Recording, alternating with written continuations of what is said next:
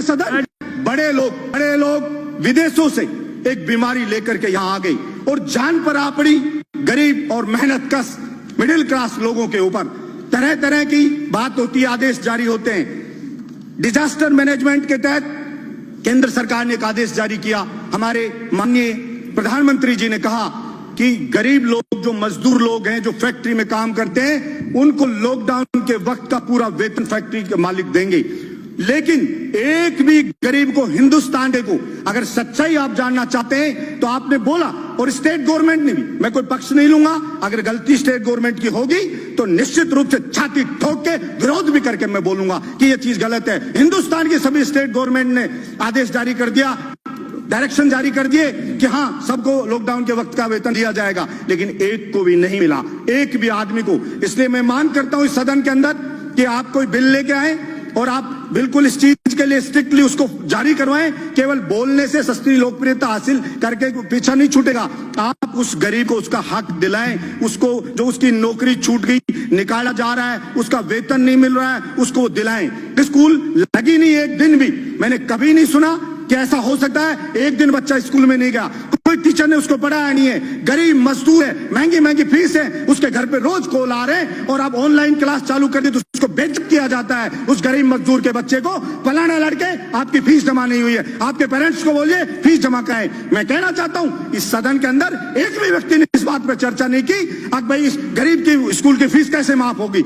और supreme court में गए, अभिभावक गए, तो सुप्रीम कोर्ट ने कहा हर स्टेट के अलग अलग चीजें प्रॉब्लम है, अलग अलग स्थिति, आप हाई कोर्ट में जाइए, वहां की गवर्नमेंट से बात करिए। लेकिन मैं कहना चाहता हूं, आपने बोल दिया, एक बार बोलने से नहीं होगा। मेरे बहरोड में बुला के सारे स्कूल मालिकों को कहा कि बलजीत यादव जिंदा है जब तक यहां पे कोई किसी की फीस नहीं ले सकता गरीब मजदूर की। मेरी छाती पे चढ़ के फीस ले सकते हो, उसके लिए मुझे चाहे अरेस्ट कर लेना, चाहे कह देना कानून को नहीं मान रहा है, लेकिन कानून या तो बनाइए और नहीं बनाएंगे तो निश्चित रूप से अन्याय नहीं होने देंगे। हम लड़ेंगे और जनता की डिमांड होती है वैसे ही कानून बनते हैं, बिगड़ते हैं, बनाए जाते हैं नहीं। इसलिए सरकार में मांग करता हूं कि ये कानून बिल लेके आए और उसको कहे। और अभी कई स्टेट ने किया, यूपी ने स्टेट ने किया, नहीं माना तो यूपी स्टेट ने एक बिल वो लेकर के आई, ऑर्डिनेंस जारी करवाया, self finance independent school act 2020।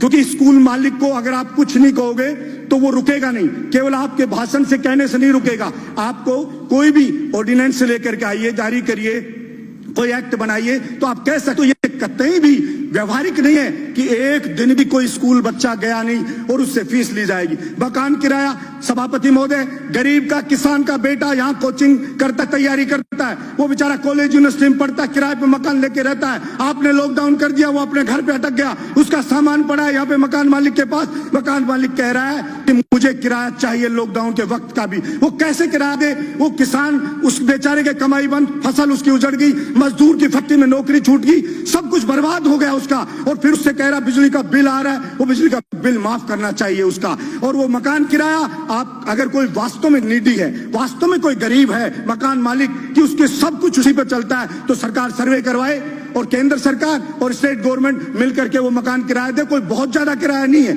आप सैनिटाइजर छिड़का रहे हो, सब बातें करें, सैनिटाइजर छिड़को, कुछ नहीं होना सैनिटाइजर, पानी छिड़केंगे खा जाएंगे लोग बाग।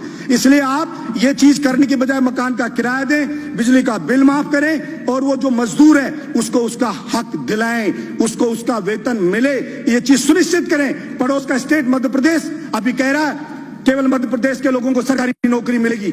मैंने पहले भी पिछले सदन में इस बात को उठाया था। 21 स्टेट हिंदुस्तान के ऐसे हैं जिसके अंदर राजस्थान के जो अभ्यर्थी उनके सिलेक्शन की जो परसेंटेज देखो 0 है, वहां नहीं लिया जा रहा है। अगर या तो हो कि पूरे हिंदुस्तान में कोई भी स्टेट ये बाउंड नहीं करे कि हमारी स्टेट का आदमी नौकरी लगेगा, और अगर लगेगा तो राजस्थान के जवान के साथ फिर अन्याय बर्दाश्त नहीं किया जाएगा। सरकार जहां भी कानून लेके आए, सारा ठेका राजस्थान के युवा ने नहीं उठा रखा कि सारी की सारी कीमत राजस्थान का युवा उठाएगा। आपके बिजली विभाग में मंत्री जी बैठे, INJN के एग्जाम होते हैं, उसके कहते हैं राजस्थान में नहीं करा सकते, बाहर होते हैं। पहले राजस्थान का जीके आता था 25%, तब सिलेक्शन होते थे बाहर के लोगों के 5%, अभी उसको हटा दिया यहाँ के राजस्थान के जीके को, तो सिलेक्शन अभी कितना रिजल्ट में आया 61.8%। बाहर के लोग यहाँ पर आ गए और यहाँ के राजस्थान के लोग रह गए।